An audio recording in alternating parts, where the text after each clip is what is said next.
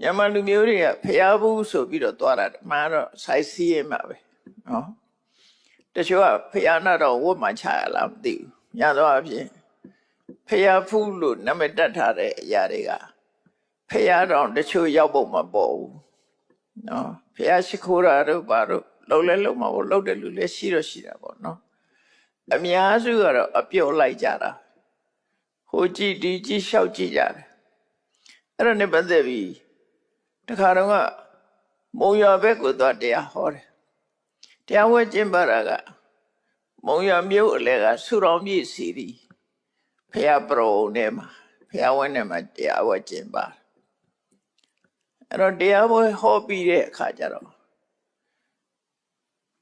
ဖျားရုပ်ဘွားတော်ကြီးကိုဝင်ပြီးတော့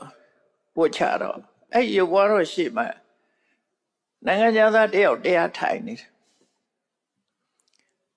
ဝင်ဝတ်ချတဲ့အခါကျတော့သူတရားထိုင်လေးဖြတ်ပြီးတော့လာနှုတ်ဆက်တယ်နှုတ်ဆက်ပြီးသူကဘာပြောတော့ဆိုဖျားတဲ့ရောက်လာတဲ့ပမာရီတဲ့ဖျားလည်းဝမချဘူးတဲ့စကားတွေပြောပြီးတော့ရှောက်လဲနေကြတယ်လို့သူကပြောသွားတာအဲ့ဒီလူရတော့ဖျားရှိမှသူကတရားထိုင်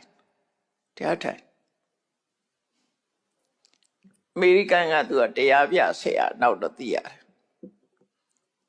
အဲ့သူကဖျားရှိမှဘာတရားထိုင်တယ်တော့မသိဘူးဖျားရှိမှတရားထိုင်ပြီးတော့ငြိမ်သက်သက်နေတယ်ဗမာရီကတအုပ်စုဝင်လာလိုက်စကားတွေပြောပေါက်စိမ်မောက်လေးကိုချထသွားကြလာလိုက်ဘယ်သူမှဟိုတလေးတစားရှ िख ိုးတဲ့ပုံစံမတွေ့ရဘူးပေါ့နော်မတွေ့ရတော့အဲ့နိုင်ငံသားတယောက်ကအဲ့လိုရှောက်တာကြုံခဲ့ရဘူးတဲ့ပေါ့နော်ဟုတ်လဲဟုတ်နေဆိုတော့